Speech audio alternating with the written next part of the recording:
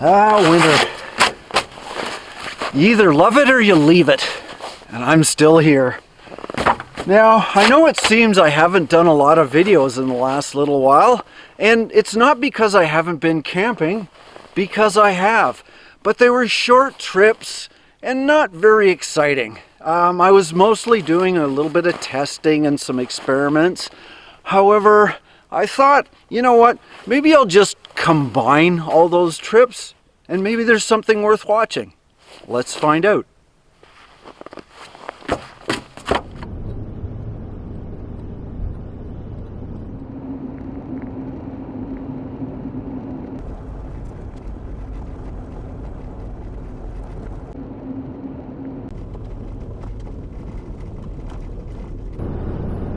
Well, I'm off to do a test of the heater, the tilting solar panel, and the new monitor and rear camera. As this was my third camera system, I'll wait until another time to fully test it before giving any recommendations.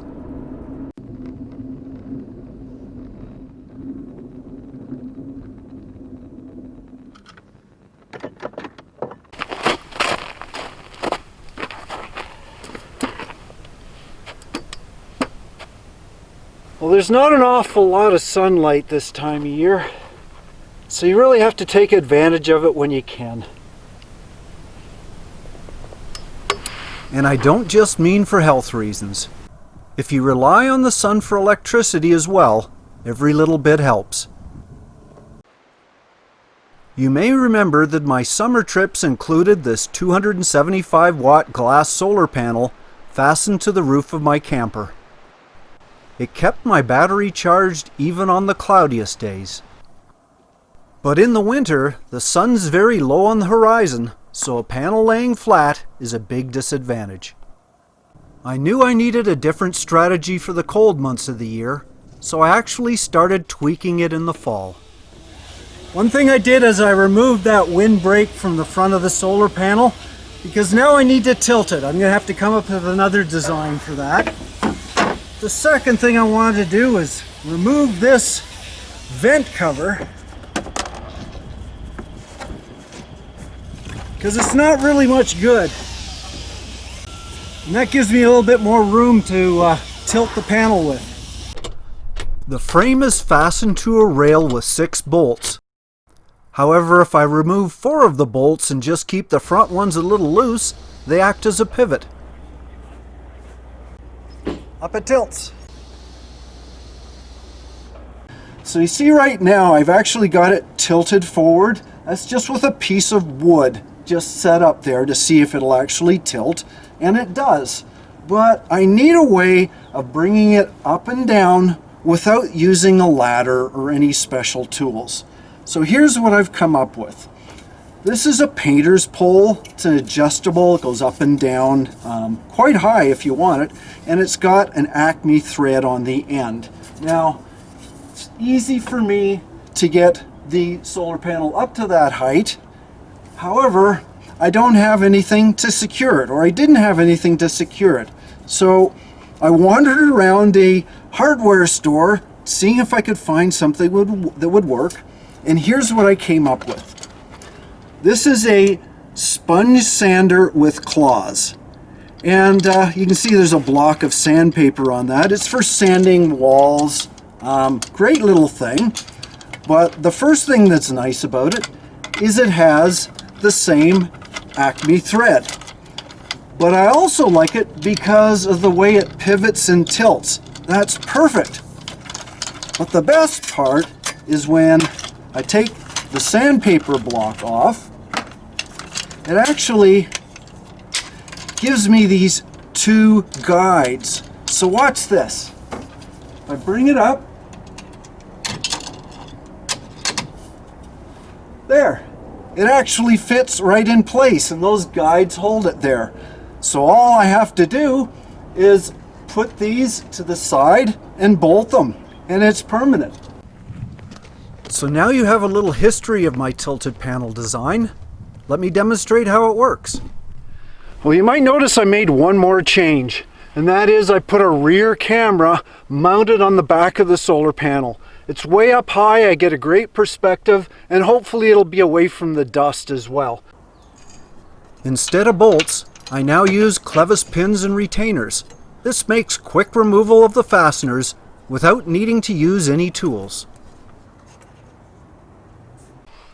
Now I've got 2 extended broom handles, and I keep them stored in that tube in the back.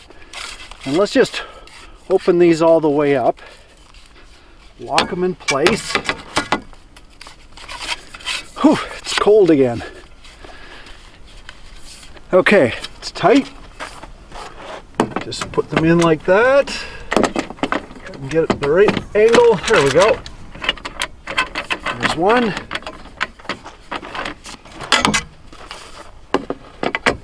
And the second one.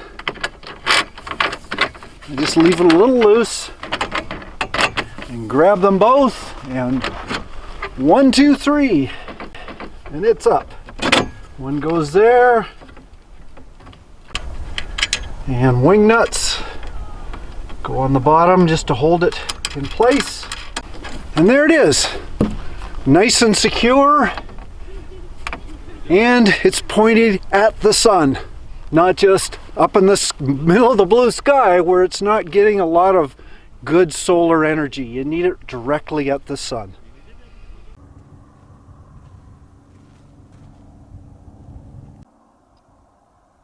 But that was pretty well it for sun that day. It was time to spend a substantial amount of time indoors.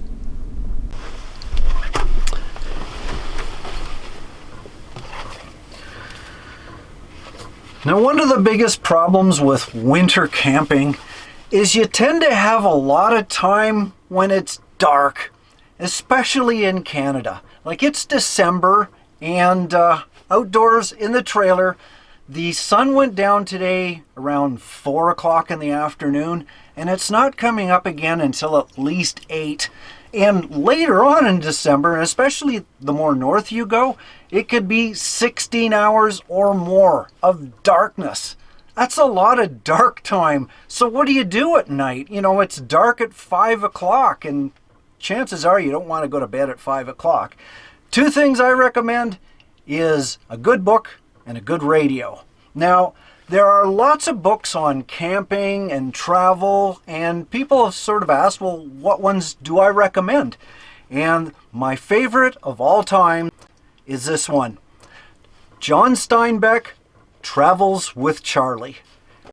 Most people should know who John Steinbeck is. He wrote The Grapes of Wrath and East of Eden. Brilliant American author. But in, I think it was 1961, somewhere around there, he bought a truck and he had a custom-built camper put on the back. I don't know if you can see that, but there's a little camper there. Way ahead of his time. This was like 60 years ago.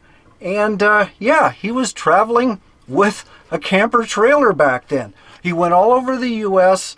with his dog. And his dog is Charlie, but his real name was Charles de Chêne. It was a French poodle, literally, that he was born in Paris and he was trained in France. Like, the dog knew French, he didn't know English, and so John Steinbeck had to translate to the dog every time. It's a great book. Well, going all around the U.S., it's real, it's exciting, it's kind of neat. Definitely recommend that. As far as radios, now I've had my share of turkeys. I think this is about my 5th radio I've had. The other ones just didn't work for one reason or another. The worst thing about them was reception. It just sounded absolutely terrible, whatever radio I bought. But this one might be the best one so far. And it's called a RadiWow. I like this one. And what I like about it, I mean, it's got the regular features. It's digital. It has all kinds of buttons, which I don't even care what they're for. You turn it on, and here's a good example. You can sort of hear something going on in there. And you can put the antenna on, and it helps a little bit. It really doesn't help very much because I'm inside the camper. There's so much interference in the inside. But this one has an external FM antenna jack right there. And I splurged, I think it was like $13 for an outdoor FM antenna. It's magnetic, so I put a fender washer. I glued it to the roof so it sits up there magnetic. I can take it down. But what a difference. Oh yeah. Okay, don't want to get any copyright infringement, but you see my point. An antenna, you get so much interference inside the trailer that most of the time you get nothing, or you've got to sort of put it around. Get an external antenna, which are really cheap, and all of a sudden you've got a radio. And when you're out in the middle of nowhere and you don't have cell reception, radios are really important. It might be the only communication you can get. And it can also alert you to any important weather changes. It took a long time, but morning finally arrived. It's gonna get cold again. I gotta take down the trailer, so it's time for a nice hot cup of coffee. In this really unique coffee cup. Wink, wink. I did want to show you how I insulated this front area. Because it has a cover, it already has a layer of insulation. But what I did to improve on that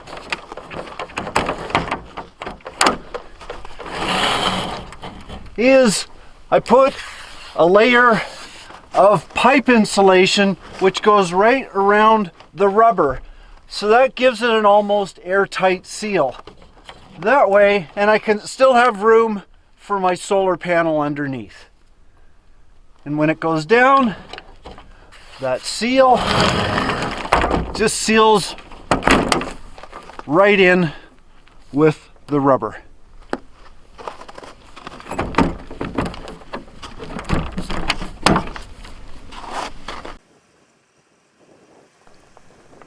Unfortunately, this was only a one-night rest stop, so I really needed to find a place where hopefully I could boondock for a couple of days.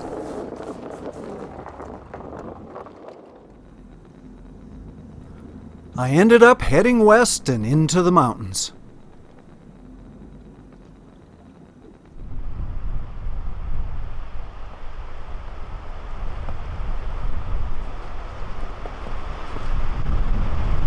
I think this could work. Well, I have to take advantage of that tiny bit of sunlight because there's not much on a day like today. So I'm going to tilt the solar panels first.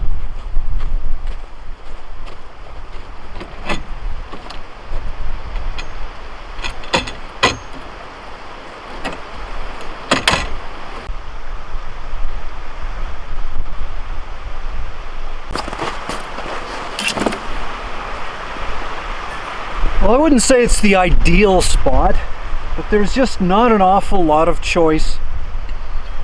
I'm just inside a park. Looks like I'm going to get some clouds tonight. The last bit of sun's just going behind them. But it was enough. It did keep my battery charged, so that's good. But I do have a little bit of a stream here, which is nice. It's a little exposed. There is a lot of wind in this area. But I think I should be okay. Actually, turned out there was a lot of wind.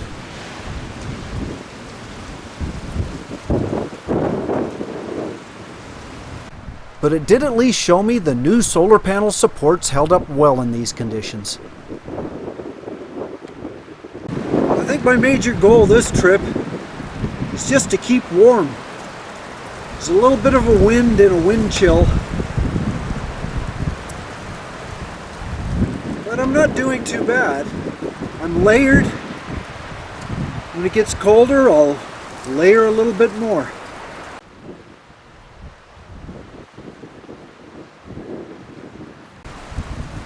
Looks like it might snow.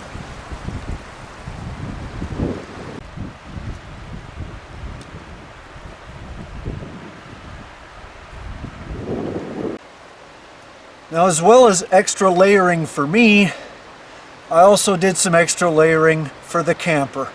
I've added some insulation. I didn't complete it. I just wanted to do a little bit just to try a few little things and see how they perform. The good thing is, from last winter, I did some results without any insulation, so I at least have something to compare it with. And so I can redo those tests with what I've done so far. In my boring video on camper insulation, I added carpet under my bed, which warmed the floor up considerably. But I also taped fiberglass insulation with foil backing to the storage areas in the corners. Then I laid down carpet to them as well. Well, it's starting to get a little darker.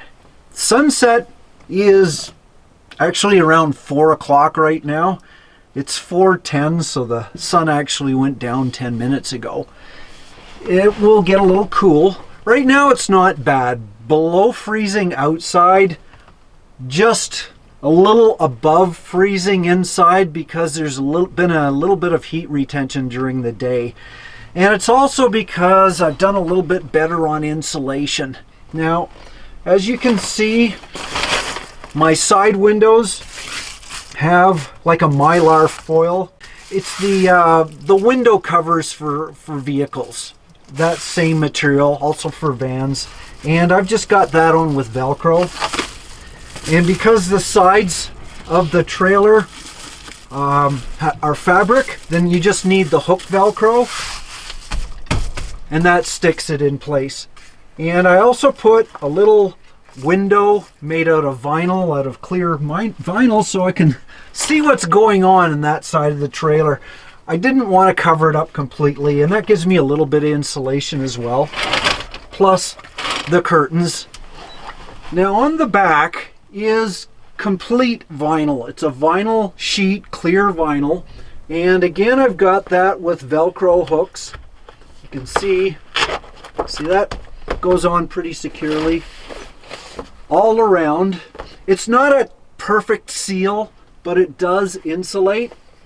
So I can, again, put those curtains up. On that side is the same as this. Anyway, I'm starting to get hungry, even though it's only 4 o'clock. Heck, I get hungry. What can I say? I haven't got the heater on right now. It's not really that cold, but I'm going to put the stove on, and that's going to heat it up a little bit. I want to delay the heat as much as possible because I just don't want to use much energy. And for cooking, I also don't want to use much energy, so I'm going to have one of my energy efficient meals. And one of my favorites, and of course I like things simple as well, is I have a couple of sauces. I haven't decided which one I'm going to use. One's Indian vindaloo and the other one's Indian coconut vegetables. And all I do is let me just turn that on. There we go. Here's my canned stuff here. I don't know if you can see that or not. But instant rice, or if you've been able to in advance, you just cook the rice beforehand and heat it up. But I'm just going to use instant rice, some water, and cook it up on the stove just for a few minutes. And I just put one of these pouches in the pot, so when the rice is ready, this is hot as well. Doesn't take a lot of energy. It doesn't put a lot of condensation in the trailer, a little bit because it will be boiling, but only for a few minutes. So that'll be my meal. It was a tough choice, but the coconut vegetable with yogurt sauce won out.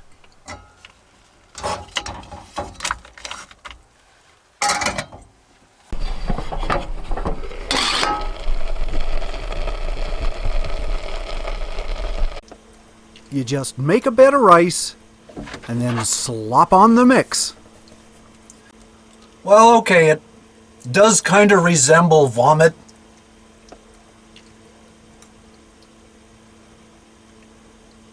But it doesn't taste like vomit. Actually, it's quite good. A little spicy.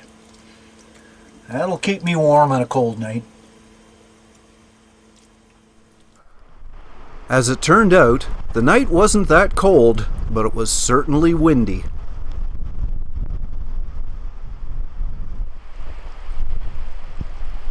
In the morning, the snow was falling. It was more like ice pellets than snow, and certainly not beneficial to the production of electricity.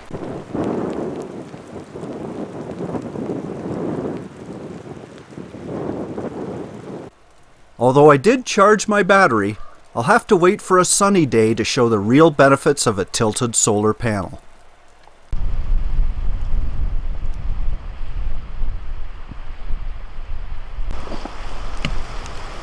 I got wind of a weather alert that said a severe storm was on the way, so it was time to move on. Well, the storm's going to hit, and I'm not prepared for it, so I've got to seek shelter. I hope you enjoyed this video, and check out my other ones as well.